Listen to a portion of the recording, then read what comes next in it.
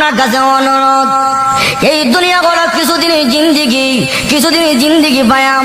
আপনি সালমান শাহ তালাশ করেন, নায়ক তালাশ করেন, মাগো স্মার্ট তালাশ করেন। এই দুনিয়া স্মার্টের জিন্দিগি নয়।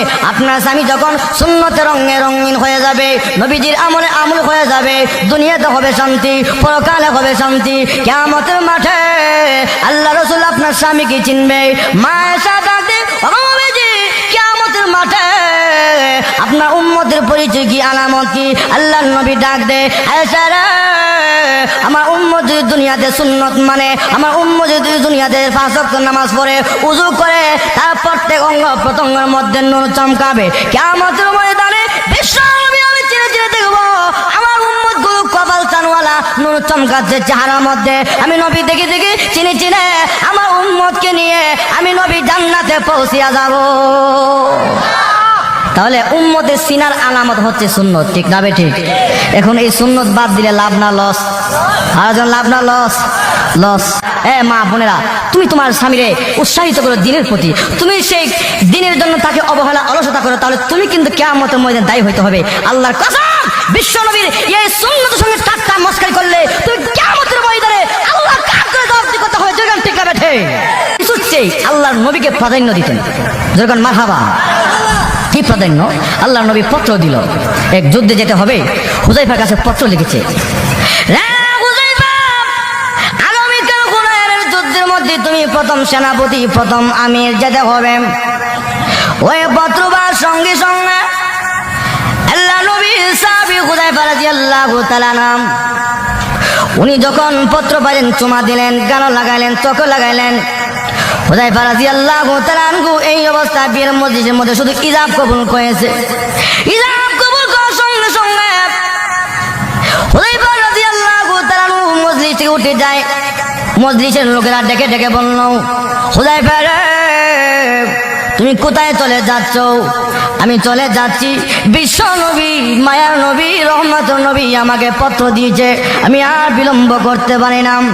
রে হুযায়ফা, নবীর সুন্নত হিসাবে বিবিকে দেখে যাও, স্ত্রীর দেখে যাও না, বিশ্ব নবীকে উনার সঙ্গে আমার বেয়াদবি হয়ে যাবে, অন্যায় হয়ে যাবে। আমি যদি বিলম্ব করি আর নবী যদি বিরক্ত হয়ে যায়, আমি হুযায়ফার জীবন ধ্বংস হয়ে যাব। আমি আর বিলম্ব করবো না।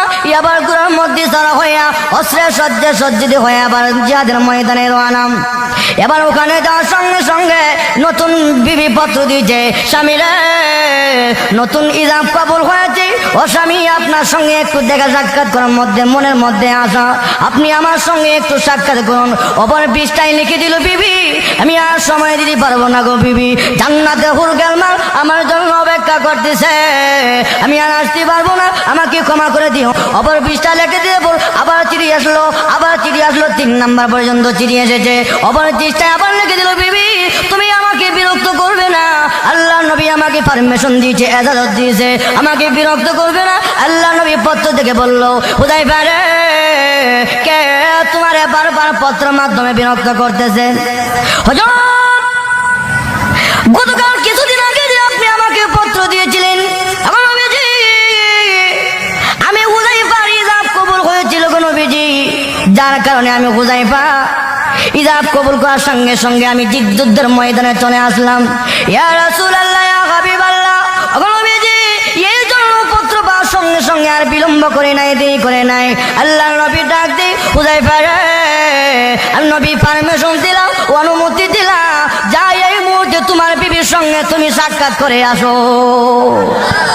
এবার যুদ্ধের গুড়া নিয়ে শ্বশুর বাড়ির সামনে ডেকে ডেকে বলল, বিবি রে, কি বলার বল।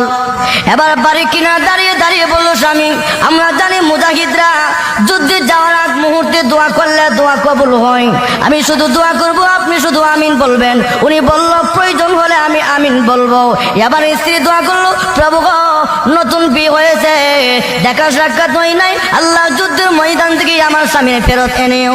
এই দোয়া করার সঙ্গে সঙ্গে হাত ছেড়ে দিয়ে এই অবস্থা, কান্না, বিবি রে, দিনের পথে বাধা দিস না, আমার বিরক্ত বোধ করিস না, আর বিলম্ব করিস না, আমাকে যেতে দে।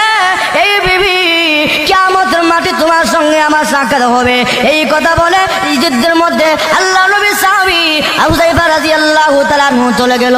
উনি চলে যাওয়ার পর যুদ্ধ করতে করতে আল্লাহ রাস্তায় হইয়া যাও। কি পরিমাণ মহাব্বত ছিল আল্লাহ এবং আল্লাহ রাসূলের প্রতি, দিনের প্রতি, যেরকম ঠিক না বেঠে। এই জন্য ভাইরা আমার, ওই সাহাবা কেরাম আল্লাহ এবং আল্লাহ রাসূলকে মহাব্বত করার কারণে দাম কমছে না বাড়ছে? বাড়ছে। যাক বলতেছিলাম, এই জন্য সুর গুহায় আবু বকর সিদ্দিক রাদিয়াল্লাহু তাআলা নবীজিরে নিজের জীবনের চেয়ে বেশি মহাব্বত করছে। নবীর আমলে হয়েছে, ঠিক না বেঠে? এই আমলে হওয়ার কারণে এখন সেই গোত্রের ভেতরে 3 দিন 3 রাত অবস্থান করার পর আল্লাহ নবী এখান থেকে রওনা হবে মদিনার দিকে। এই অবস্থা একজন বেঈমান কাফির সুরাকা আল্লাহ নবীকে ফলো করে নবীজির পেছনে পেছনে আসতে আক্রমণ করবে। আল্লাহ নবী ডাক দি, প্রভু গো, জালিমের জুলুম থেকে হেফাজত করো। দোয়া করার সঙ্গে সঙ্গে আমার সুরাকা দেখা হচ্ছে গুড়া নিয়ে নিচে ডাবতে শুরু করছে। সুবহানাল্লাহ। নিচে ডাবতেছি। সুরাকা বলো, ইয়া রাসূলুল্লাহ, আমি মাফ চাই, ক্ষমা চাই, হুজুর ভুল করছি। একবার দুইবার তৃতীয়বার পর্যন্ত আসতেছিল। শেষ পর্যন্ত কেউ বলে মুসলমান হয়েছে, কেউ বলে মুসলমান হন নাই, তবে নবীজিকে আর আক্রমণ করে নাই, চলে যায়। এই অবস্থা আল্লাহ নবী মদিনার দিকে যাচ্ছে। ইতিহাসের কিতাবে লেখছে যে সাহাবা কেরাম মদিনার লোকেরা রাসূলের আগমন উপলক্ষে এত আনন্দ উল্লাস জীবনে কোনোদিন এমন আনন্দ উল্লাস করে নাই। সুবহানাল্লাহ। প্রত্যেক দিন মদিনার বর্ডারে এসে সকলে দাঁড়িয়ে থাকে, কোন দিন বিশ্ব নবী আসবে, মদিনা ধন্য হবে। সুবহানাল্লাহ। আল্লাহ নবী মদিনা অবস্থান করার সঙ্গে সঙ্গে মদিনা ঘর থেকে হালুম্মা ইয়া রাসূলুল্লাহ, হালুম্মা ইয়া রাসূলুল্লাহ, ওগো নবীজি আমার ঘরে আসেন, আমার ঘরে আসেন। আল্লাহ নবী ডাক দেয়, এ মদিনার লোকেরা, আমি নবী কার ঘরে যাব? এক ঘরে গেলে অন্য ঘর মলিন হবে। এই জন্য তোমরা এক কাজ করো, আল্লাহ হুকুমে আমি যাব, তোমরা মন ঘাবড়াবে না। মদিনার ছেলে মেয়েরা এত আনন্দ উল্লাস। আল্লাহ নবীর মনে আঘাত ছিল। কি আঘাত? বিশ্ব নবীর জন্মস্থান ছেড়ে দিয়া, খানা কাবা ছেড়ে দিয়া আল্লাহ নবী মদিনা আসলো। মদিনার ছেলে মেয়েরা নবীজিকে দেখে এত আনন্দ উল্লাস। আল্লাহ নবী চোখের পানি ফেলে দিয়ে কান্দে, মদিনার ছেলেরা রে মদিনার মেয়েরা, তোরা আমার জন্য আজকে পাগল। আমি নবী যখন মক্কা করে করে কালেমার দাওয়াত দিতাম, আমি নবীর পাথর দেওয়ার ডিল মারতো, আমি নবীর আঘাত করতো। এ মদিনার ছেলেরা না মক্কা বেঈমান কাফেরদের মতো আমি নবীর সঙ্গে গাদ্দারি করে প্রতারণা করবে।